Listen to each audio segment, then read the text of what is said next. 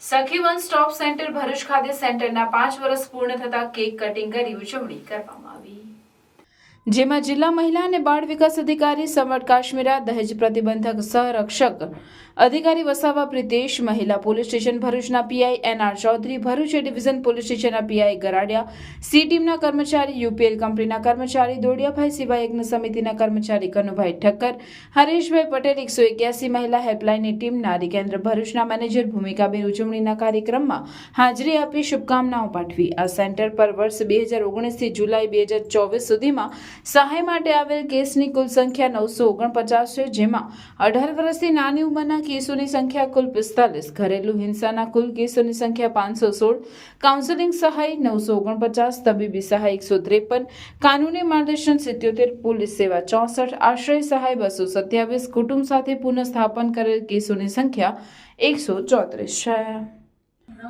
કરે છે એ લોકો.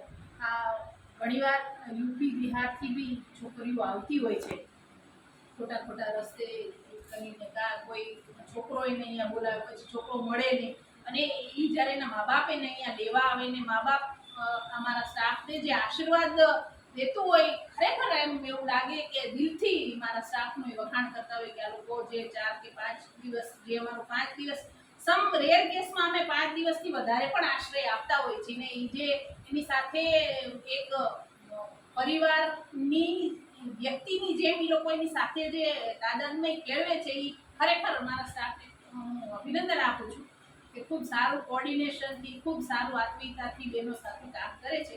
છઠ્ઠું ગોઠવી આરોપી હતો, કારણ કે આમાંથી નતો આવતો એમ ભાઈ આરોપી આવતો નતો, એટલે છઠ્ઠું ગોઠવી પછી લાયા, ગુનો દાખલ કરીને એના વિરુદ્ધમાં કાયદેસરની કાર્યવાહી કરવાની. એટલે ટૂંકમાં જે કદાચ અમુક પોલીસ સ્ટેશન નથી આવી શકતા કે નોલેજ નથી, પણ એના નાતમાં છે કે આવું કોઈ સેન્ટર છે જ્યાં મને મદદ મળી રહેશે, એના માટે ખૂબ જ આશીર્વાદરૂપ જગ્યા હોય તો આ સખી વન સ્ટોપ છે.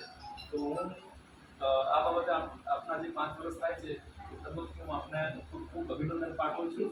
અને જે બેને કીધું કે આવું આમ એવા સમાજની અપેક્ષા છે તમામને, પણ કોઈ બનાવવા નથી માંગતું. હું પોતે એવું માનું છું, એટલે બહુ મોટી અપેક્ષા છે, પણ તો એ અપેક્ષા રાખીએ કે કંઈક સારું થાય. પરંતુ એના પર સારી પોલીસ હોય તો પણ ખોટા આક્ષેપો થતા હોય છે. એટલે પ્રશ્ન કેવો આવે કે આ બેનને આપણે રાખવાની ક્યાં, એટલે સીધા અમારા માટે શું એક વરદાન જેવું થઈ ગયું કે ભાઈ બેન આવી, આપણે તપાસ પૂરી થઈ કે સીધા જઈને મૂકી આવો વન સ્ટોપમાં, એટલે વાત પૂરી. એટલે 4 દાડા આપણે ચિંતા નહીં, અને એ લોકોને સોંપી દેવાનું કે તમે કાઉન્સેલિંગ કરજો, એટલે અમુક વિગતો અમને બી મળે. એટલે અમારા માટે તો બહુ જ સારું થઈ ગયું. અને હું અંકલેશ્વર બી ડિવિઝનમાં હતો ત્યારે બી 4 થી 5 બહેનોને અમે કન્ફ્યુઝ હતા કે ક્યાં રાખીએ, એટલે અહીંયા મોકલ્યા હતા. અત્યારે એ ડિવિઝનમાં છું તો પણ બહેનોને અહીંયા મોકલીએ છીએ, તમારો ખૂબ સહકાર મળે છે, એટલે ખૂબ સારી રીતે આપ કામ કરી રહ્યા છો.